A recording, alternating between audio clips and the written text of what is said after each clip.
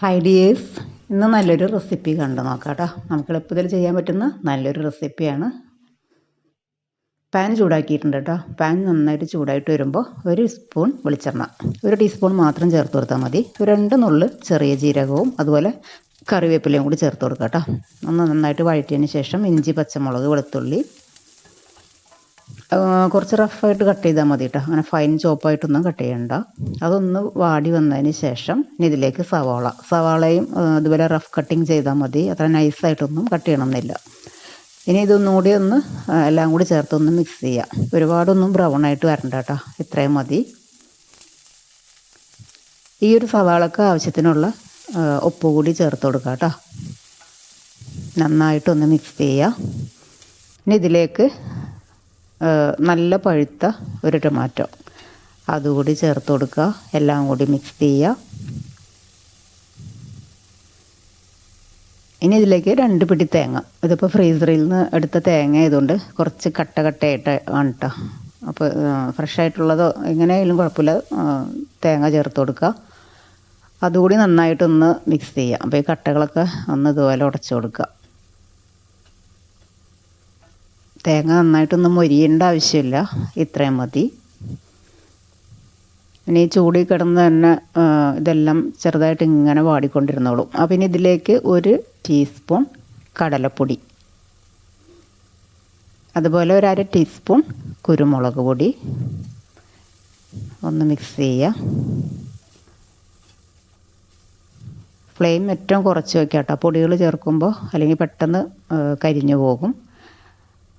ഇനി ഇതിലേക്ക് 1 നുള്ളു മഞ്ഞൾപ്പൊടിയും അതുപോലെ എരിവിന് ആവശ്യത്തിന് 1.5 ടീസ്പൂണൊക്കെ മുളക് പൊടി, ഇത്രയും കൂടി ചേർത്തിട്ട് ഇനി ഇതിലേക്ക് വേറെ നമ്മൾ പൗഡറുകളൊന്നും ചേർക്കണില്ല കേട്ടോ.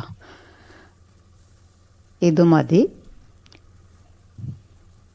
നമ്മളിതുപോലുള്ള പാനിലൊക്കെ മിക്സ് ചെയ്യണ സമയത്ത് സ്റ്റീലിൻ്റെ ചട്ടകം ഉണ്ടല്ലോ, ഇത് തന്നെ വെച്ചിട്ട് വേണം കേട്ടോ മിക്സ് ചെയ്യാൻ. അതല്ലെങ്കിൽ ഇങ്ങനെ അടിയിലിങ്ങനെ ഒട്ടിപ്പിടിച്ചിരിക്കും.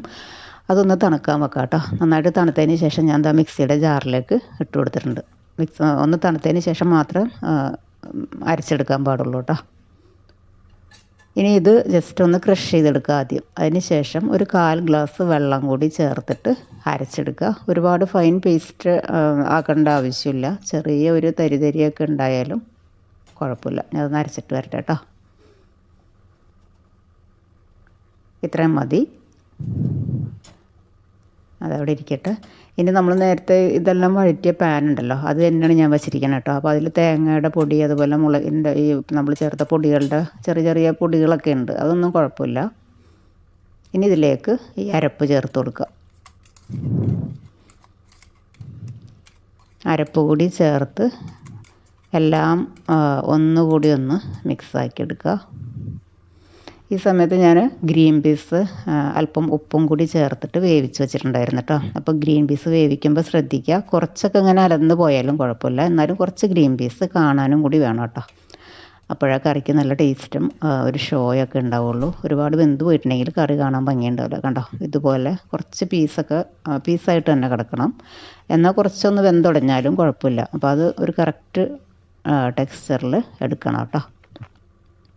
നന്നായിട്ടൊന്ന് തിളച്ചിട്ടുണ്ട്.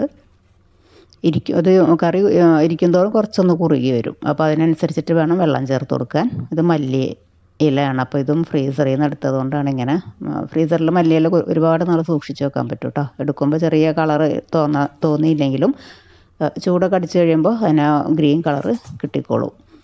2 മിനിറ്റ് ഒന്ന് അടച്ച് വെച്ചതിന് ശേഷം ഞാൻ വീണ്ടും തുറന്നിട്ടുണ്ട്. ഇനിയിപ്പോൾ ടേസ്റ്റും കുറച്ച് ലുക്കും ഒക്കെ വേണമെന്നുണ്ടെങ്കിൽ ഇതുപോലെ കുറച്ച് കറിവേപ്പിലയും ഉള്ളിയും അതുപോലെ മുളക് പൊടി കൂടി ചേർത്തിട്ട് താളിച്ചൊഴിക്കുക. അപ്പോൾ കറി കാണാൻ നല്ലൊരു ഷോ ഉണ്ടാവും, കഴിക്കാനും നല്ല ടേസ്റ്റായിരിക്കും. ഇതിൽ നമ്മൾ മസാലപ്പൊടികളൊന്നും ചേർത്തിട്ടില്ലല്ലോ. പക്ഷേ നമ്മൾ നോൺ വെജൊക്കെ കഴിക്കുന്ന നമ്മൾ ബട്ടർ ചിക്കൻ്റെ ഒക്കെ ഗ്രേവി കഴിക്കില്ലേ, ആ സൂപ്പർ ടേസ്റ്റാണ് കേട്ടോ. ഇതുപോലെ ഒന്ന് ട്രൈ ചെയ്ത് നോക്കിക്കോ. ചപ്പാത്തി, അപ്പം, നൂലപ്പം, അതുപോലെ ഏതിൻ്റെ കൂടെ നൈസ് പത്തിരിക്കൊക്കെ നല്ല സൂപ്പർ മാച്ചാണ് കേട്ടോ. ഗ്രീൻ പീസ് എപ്പോഴും നമ്മൾ ഒരേ സ്റ്റൈലിലൊക്കെയല്ലേ വെച്ചെടുക്കാറ്. അപ്പോൾ ഒന്ന് മാറി കറിയൊക്കെ ചിന്തിക്കണം എന്നുണ്ടെങ്കിൽ ഇതുപോലെയൊക്കെ ചെയ്ത് നോക്കാം. ഡിന്നറിനും ലഞ്ചിനും ഒക്കെ കഴിക്കാൻ പറ്റുന്ന നല്ല അടിപൊളി കറിയാണ് കേട്ടോ. അപ്പോൾ ഇതുപോലെ ഒന്ന് ട്രൈ ചെയ്ത് നോക്കുക. വീഡിയോ ഇഷ്ടപ്പെടുകയാണെങ്കിൽ ഒന്ന് സപ്പോർട്ട് ചെയ്തേക്കണം കേട്ടോ. താങ്ക്